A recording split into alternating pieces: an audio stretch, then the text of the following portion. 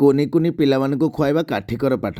ଆଉ ଯଦି ଖାଇବାଟା ଦେଖିବାକୁ ଟିକେ କଲରଫୁଲ୍ ଆଉ ଆଟ୍ରାକ୍ଟିଭ୍ ହେଇଥାଏ ନା, ତାହେଲେ ପିଲାମାନଙ୍କୁ ଆଉ କହିବାକୁ ପଡ଼େନି କି ଖୁଆଇବାକୁ ଚେଷ୍ଟା କରିବାକୁ ପଡ଼େନି, ଆପେ ଆପେ ଖାଇଯାଆନ୍ତି। ତେଣୁ ଆସ ଆଜି ବନେଇବା ରେନବୋ ପୁରୀ, ଦେଖିବାକୁ ପୁରା କଲରଫୁଲ୍ ମାର୍ବଲ ଭଳିଆ। ସେଥିପାଇଁ ଆମେ ପ୍ରଥମେ କ'ଣ କରିବା, 4ଟା ଜାଗାରେ ଅଟା ଚକଟିବା। ଗୋଟାକରେ ହଳଦୀ, ଗୋଟାକରେ ବିଟରୁଟ୍ ଜୁସ୍, ଆଉ ଗୋଟାକରେ ଧନିଆ ପତ୍ର ଜୁସ୍, ଆଉ ଗୋଟାକରେ କେବଳ ମଇଦା ଆଉ ଅଟା ଦେଇକି ଚକଟିବା।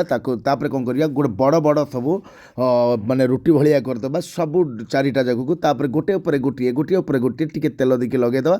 ତାପରେ ତାକୁ ଭଲ ଭାବରେ ରୋଲ୍ କରିକି ଦେଖିବା, ଠିକ୍ ଆମ ଚିତ୍ରରେ ଯେମିତି ଦେଖାଯାଉଛି, ଯେମିତି ଆମର ରୂପାଲି କରୁଛି, ତାକୁ ଆମର ଟିକେ ଟିକେ କାଟିକି କଲରଫୁଲ୍ କରିକି ତାକୁ ତାପରେ ପୁରୀ ଭଳିଆ ବେଲି ଦେବା, ଗରମ ଗରମ ତେଲରେ ଛାଣିଦେବା। ଆଉ ଇଏ ହେଇଗଲା ପୁରା ମାର୍ବଲ ଭଳିଆ ରେନବୋ ପୁରୀ, ତା ସାଙ୍ଗକୁ ଆଳୁ ଦମ୍। ମଜା ଆସିଗଲା, ଥରେ ଟ୍ରାଏ କରିକି ଦେଖନ୍ତୁ। ଆଉ ଆପଣଙ୍କ ମତାମତ କମେଣ୍ଟରେ ଦିଅନ୍ତୁ।